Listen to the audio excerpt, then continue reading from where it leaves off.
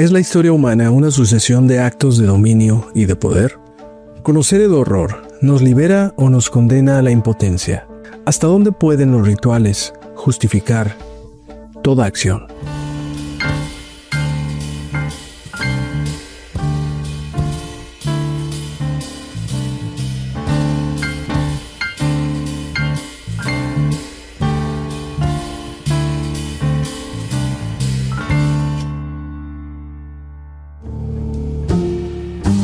Las civilizaciones a lo largo de la historia se han levantado sobre las conquistas, las guerras y los símbolos que han ido apareciendo entre las armas y el polvo.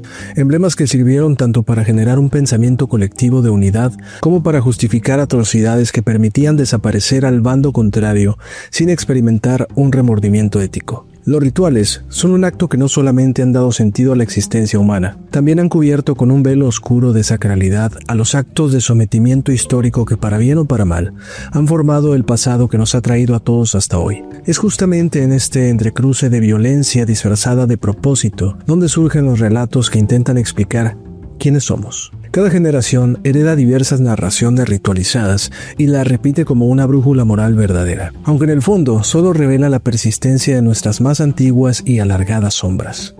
Con la historia de From Hell de Alan Moore, podremos adentrarnos en el denso umbral incómodo de lo simbólico, donde el crimen se convierte en mito y el poder se oculta bajo la lógica del sacrificio.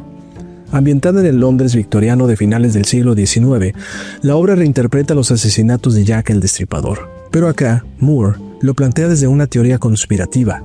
El asesino sería Sir William Gould, médico al servicio de la corona británica y encargado de cubrir un escándalo que amenaza con desestabilizar el imperio. Comienza con Mary Kelly, entonces catalogada como una pecadora pública, y sus compañeras de oficio, quienes conocen un secreto crucial: el matrimonio ilegítimo entre el príncipe Albert Victor, nieto de la reina Victoria, y Annie Crook, una plebeya católica. De esa unión nace una hija, lo que implica una potencial heredera al trono. Esto lleva a que las amigas de Annie vean la oportunidad de obtener dinero a cambio de su silencio, intentando extorsionar a la familia real. La reina Victoria decide tomar cartas en el asunto y encarga a su cirujano real, William Gould, hacer lo necesario para silenciarlas a todas. No las ejecutará solo por su lealtad a la corona, sino que estará motivado por una visión perturbada de su cosmovisión esotérica del poder. Cree que sus sacrificios rituales reafirman el dominio sobre el futuro. Cada crimen será orquestado como un acto basado en supuestas geometrías sagradas, lugares místicos de Londres y una visión gnóstica distorsionada. Así convierte al cuerpo femenino en un altar y en un mapa de su locura. El ritual de lo violento está presente en la formación de nuestras sociedades. La teoría del chivo expiatorio de René Girard sugiere esta dinámica donde la violencia no es caótica, sino fundacional. Los crímenes de Whitechapel replican el arquetipo del sacrificio, pero cometido con mujeres marginadas que son vistas como una amenaza para el orden imperial. Este ritual busca perpetuar un ciclo de violencia, no con un sacerdote antiguo que justifica sus actos para restaurar el equilibrio, sino como un verdugo que cree dominar el caos mientras lo alimenta, al sacrificar los cuerpos como un supuesto diseño sagrado. Gould ritualiza la hipocresía victoriana y desnuda el mito inicial de toda civilización, la creencia de que el sacrificio humano puede ser un acto de redención. Aunque la mano ejecutora es la de Gould, su misión nace como orden directa de la reina Victoria, una mujer en la cúspide del poder británico y del mundo occidental de la época, de modo que es ella quien también busca eliminar cualquier amenaza al imperio, recordándonos que la violencia estructural busca perpetuarse no importa quién esté a cargo ni quién tenga que ser quitado del medio. Así, estos crímenes no solo son producto de un delirio, sino también del frío cálculo político que hace prescindible cualquier pieza del tablero. En la mayoría de los actos violentos ejecutados por Gould, es ayudado por John Netley, su cochero de confianza, quien se encarga de localizar a las mujeres, convencerlas de subir al carro y llevarlas tranquilamente al lugar donde serán ejecutadas. Estos actos brutales tan elaborados llaman la atención de la prensa local y de Scotland Yard, representada por el inspector Frederick Aberline, un hombre experimentado que no solo intenta hacer bien su trabajo, sino que además busca comprender el contexto social que rodea a las víctimas. A lo largo de la novela, Londres se muestra no solo como un escenario donde se desarrollan los acontecimientos, sino como un organismo vivo en el que se desenvuelve envuelven sus formas más oscuras. La disección de la ciudad por parte de Ghoul, con caminatas obsesivas, mapas rituales y crímenes meticulosamente localizados, se convierte en una autopista del cuerpo social. Cada acto violento queda inscrito en el tejido urbano como una cicatriz. Moore sugiere que la modernidad, lejos de ser una promesa de orden y progreso, es una circunstancia que nace del horror, la exclusión y el sacrificio. Los crímenes no son accidentes, marcan el inicio de una era dominada por la razón instrumental, el poder vertical y la vigilancia monárquica. La etapa victoriana donde transcurre From Hell forma parte de la transición de la modernidad que pensadores como Max Weber identifican como el surgimiento de la racionalidad formal. Un tipo de orden social donde las decisiones ya no se justifican por la tradición o lo sagrado, sino por el cálculo y la utilidad. El mundo se vuelve un entramado de fines y de medios donde los individuos dejan de ser sujetos con valor propio y pasan a funcionar como piezas reemplazables de un aparato racional.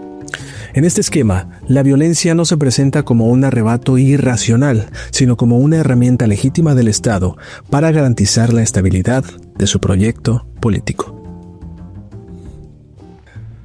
Bajo esta lógica, la autoridad moderna no necesita apelar a dioses ni a mitos para imponer su voluntad, pues es la estructura burocrática la que convierte a las personas en recursos para administrar.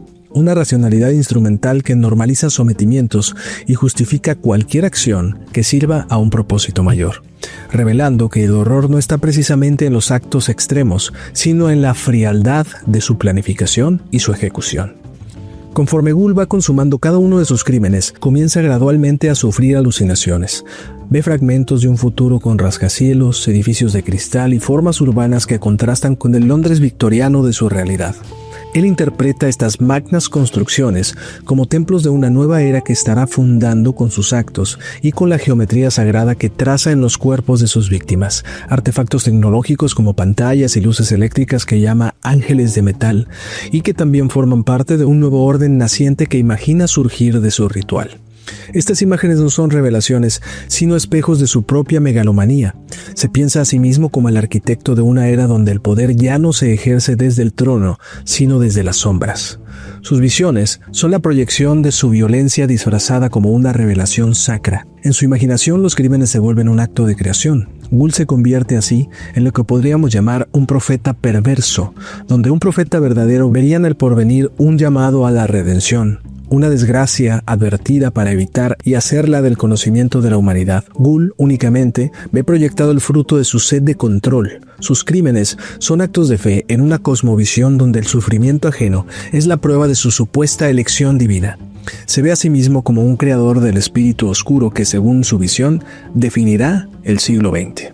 La serie de actos perversos de Ghoul llega a su clímax con Mary Jane Kelly, víctima de un crimen tan salvaje que incluso los investigadores quedan horrorizados. Al culminar lo que él interpreta como el final de un magno ritual, comienza a mostrar los signos evidentes de su deterioro mental. Exhausto y sangrando por la nariz, síntoma de un tumor cerebral, Ghoul cae en un trance que condensa su delirio. Ve la ciudad como un órgano femenino gigante bañado en rojo y una luz ámbar. Las calles se transforman en símbolos masónicos que se descomponen y la arquitectura se vuelve una herida abierta. La visión de su futuro, que sería una representación de nuestra época, le muestra enormes edificios como tumbas vivientes, pantallas que proyectan noticias banales junto a cuerpos sin vida, multitudes con rostros borrados consumiendo enajenadamente en centros comerciales, y culmina con Mary sonriéndole en medio del caos, interpretando su sacrificio como el acto liberador de su gran obra. Esta potente alucinación es a su vez la crítica de Alan Moore hacia el progreso, donde el futuro es solo la repetición de la violencia bajo nuevas máscaras, la destrucción femenina y el mensaje ambiguo sobre si la sonrisa de Mary es una redención o es una burla que deja abierta la pregunta: ¿Ghoul logró algo o solo fue el vehículo hacia un nuevo ciclo de la historia de la violencia humana? Finalmente, las autoridades, conscientes de la implicación de Ghoul en todos estos crímenes, terminan atrapándolo, pero sin hacer el arresto públicamente para evitar un escándalo. La familia real y sus aliados deciden retirarlo de forma discreta del escenario público y lo declaran demente, encerrándolo en un asilo para criminales, donde pasa sus últimos días sumergido en los delirios que terminarán por consumir su mente. Muere convencido de que dejó una marca indeleble en la historia de la civilización. Aberline, frustrado, intuye la verdad, pero comprende que nunca podrá demostrarla ni exponerla sin poner en riesgo su propia vida. La historia cierra con un Londres que regresa a la rutina de la época, mientras los brutales crímenes se transforman en una leyenda urbana y en materia de especulación popular. El misterio de Jack el Destripador queda ante la mirada pública como una serie de hechos violentos sin resolver, mientras los sobrevivientes del complot continuarán protegiendo a la monarquía, cubriendo con un trasfondo ritual que mantendrá oculto a quienes manejan el futuro de la civilización desde las sombras del poder.